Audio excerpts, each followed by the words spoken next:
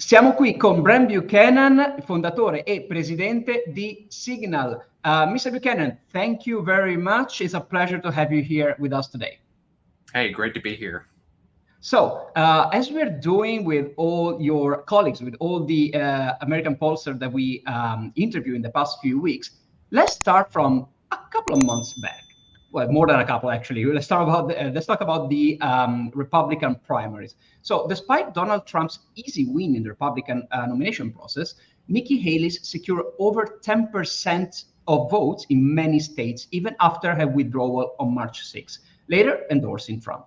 Do your polls indicate any fractures within the Republican base, or is support for Trump largely unified?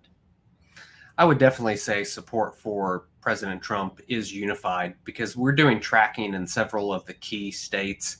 And when you look at the ballot share that he has of Republican voters, it just continues to grow.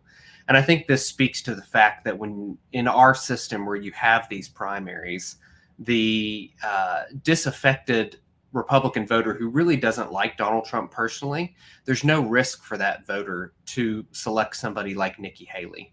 And I think if it had not been Nikki Haley versus Donald Trump, and it would have been any other Republican candidate, those people were simply voting against Donald Trump and not for their candidate like a Nikki Haley. And those people also, when they're making their vote choice come November, they're looking at it in terms of policy and not just person. Now, are there voters who supported Nikki Haley in the primary that will vote for Kamala Harris in the general election? Definitely. But I don't think it would have mattered whether Trump had a primary or not, or even who those people were. That's just a small segment of the electorate. And you could say the same on the Democratic side, too, where there are a small percentage of Democrats who really don't like either candidate, but they're not ready to vote for a third party candidate, and they're willing to even vote for Donald Trump. So I think it almost becomes a wash at the end of the day. Now, let's go to your poll that you released in October 2024. The generic ballot poll showed Republicans with a slight edge. Yet your presidential national poll had Kamala Harris leading Donald Trump by 3%. What factors might explain this discrepancy? Well, part of the discrepancy is in a generic ballot where we're saying, do you want the Republican for Congress or the Democrat for Congress? There's only two options. It's either that or unsure. So you're taking out these third-party candidates. And in the presidential race, that's more about the personality of the two candidates in Donald Trump and Kamala Harris. Also, we asked in the same survey a really interesting question, whether voters wanted a Republican trifecta, meaning Republican President Donald Trump, a Republican Senate, and a Republican U.S. House, whether they wanted the same thing on the Democrat side, Kamala Harris, Democrat Senate, Democrat House, or if they wanted a split, Republican president with a split House, or a Democrat president, Kamala Harris, and a split House. And it's really interesting to see how voters fell within that question. The reason I bring this up is because I think it helps partially explain why you have a generic ballot where a Republican has a slight lead and even slightly grew that lead over the last month, compared to a presidential race where Kamala Harris, nationally at least, even though national polling doesn't really matter in who's elected, she grew a little bit. And I think it's this concept of check and balance that Americans have actually grown to appreciate more, I would say, in the last 10 to 20 years. Now, we all know that there are 7 swing states where the election will be decided, but let's talk about North Carolina. In September 2024, you reported a tight presidential race in North Carolina, despite polls suggesting a national environment less favorable to Democrats compared to 2020. Do you see evidence of North Carolina shifting leftward politically? And if so, what factors might be driving this change? And also, we need to talk about this. To what extent, if any, does Mark Robinson's candidacy influence this potential shift? We all know that there are some issues with the government candidacy from the Republican side. So how will this affect the national and the presidential election? Well, one thing to keep in mind is a Democrat has not won North Carolina in the presidency since 2008, since Barack Obama's first election. And when you look at North Carolina in relationship to the national popular vote, it tends to vote to the right of North Carolina. North Carolina votes to the right of the country in almost to the 0.1% every single of the last 3 election years. So North Carolina is a swing state, but I would say it's almost fool's gold for Democrats, in the same way that I would say that Nevada out west, which a Republican hasn't won since 2008, is fool's gold for Republicans. And it's just a state that looks like you could win it. The polls seem to get close, and then it reverts back to very slightly its natural bent. And so I think Nevada and North Carolina on 2 ends of the country are the same type. Fool's gold Republicans for Nevada, fool's gold Democrats, North Carolina. Now, asking about Mark Robinson specifically, I don't think his candidacy affects the presidential race because voters are looking at those two separately. Who's going to control my state capital in my state versus who's going to control my country? And so you really haven't seen a whole lot of change in that race after the things came out about Mark Robinson in the presidential race. I would actually say, if you were to look at the trend lines of the polling in the presidential race in North Carolina, that things have actually gotten better for Donald Trump, which I think proves the theory that Mark Robinson's candidacy really doesn't affect Donald Trump at all. The question is more so, what impact does this have down the ballot? So other statewide races like Attorney General, Secretary of State, Auditor, Treasurer, Superintendent of Education, State Senate, State House, like I do think you're going to see a little bit more of an impact down ballot because Americans really do separate control of the country from control of their state. And North Carolina is one of those states that has been willing for a very long time to vote differently at the presidential level than at the state level.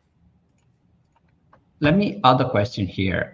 In your opinion, and as of today, so you're saying that North Carolina will go to Trump and Nevada will go to Harris, so it's most likely that will be the outcome?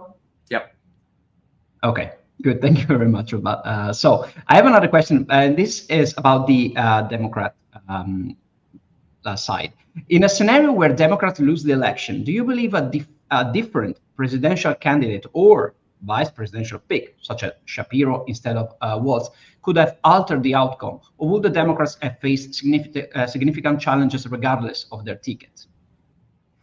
Well, I think if you look at the 2016 election as a harbinger, you have 2 presidencies of Barack Obama with Joe Biden as the nominee, and they cast him aside, even though he was the vice president for 8 years.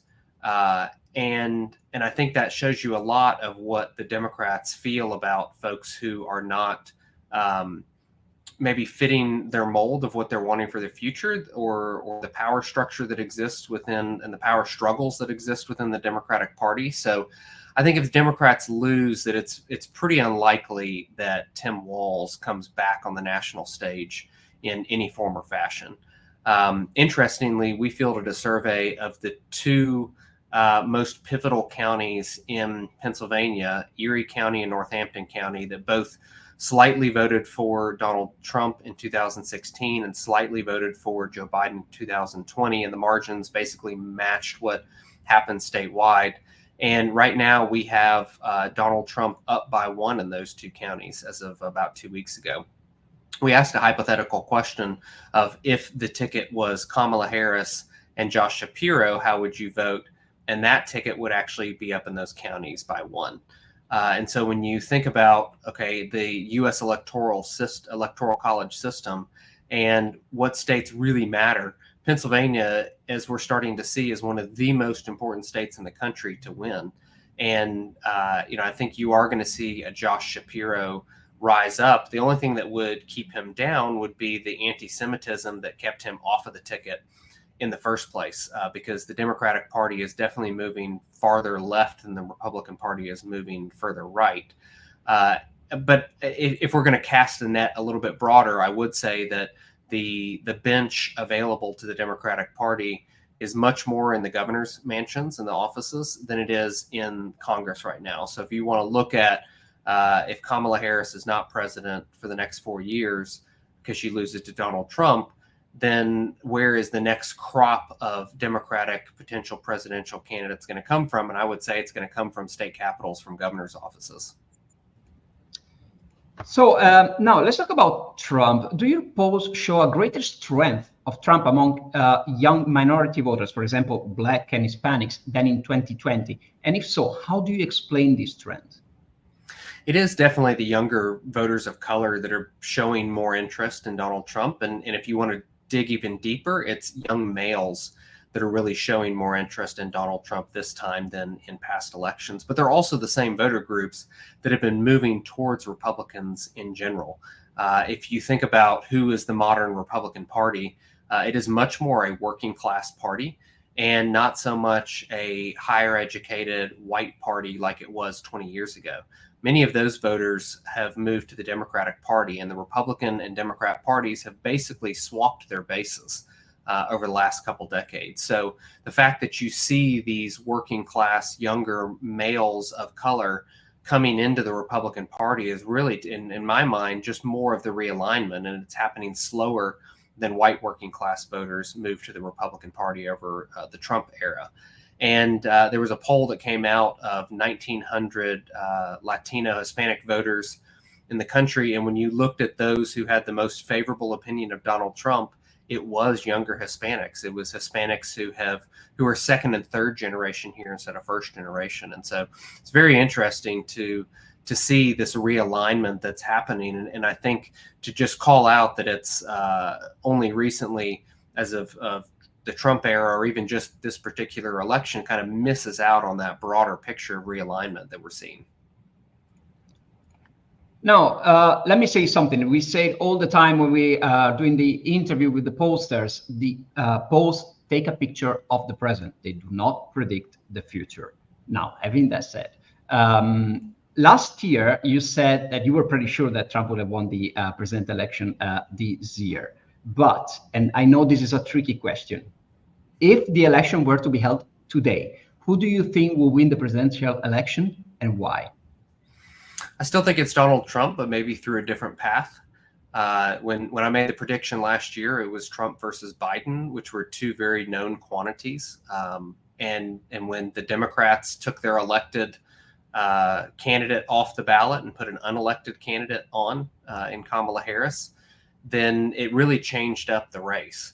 But I do think that some of the strengths that Joe Biden had among white working class voters, he was seen as kind of the last relic of that old Union type Democrat, that would have really helped him in a place like Pennsylvania, and also to an extent in Wisconsin and Michigan. And he would have had less opportunity in the Sun Belt states. So the election that would have played itself out a year ago would have been, I think, more harder for Trump up north in the Rust Belt states and a little bit easier for him in the Sun Belt states. And now you're sort of seeing the inverse of that with Kamala Harris. So my prediction here, and I know this is a long-winded answer, is that Donald Trump wins Arizona, Georgia, North Carolina.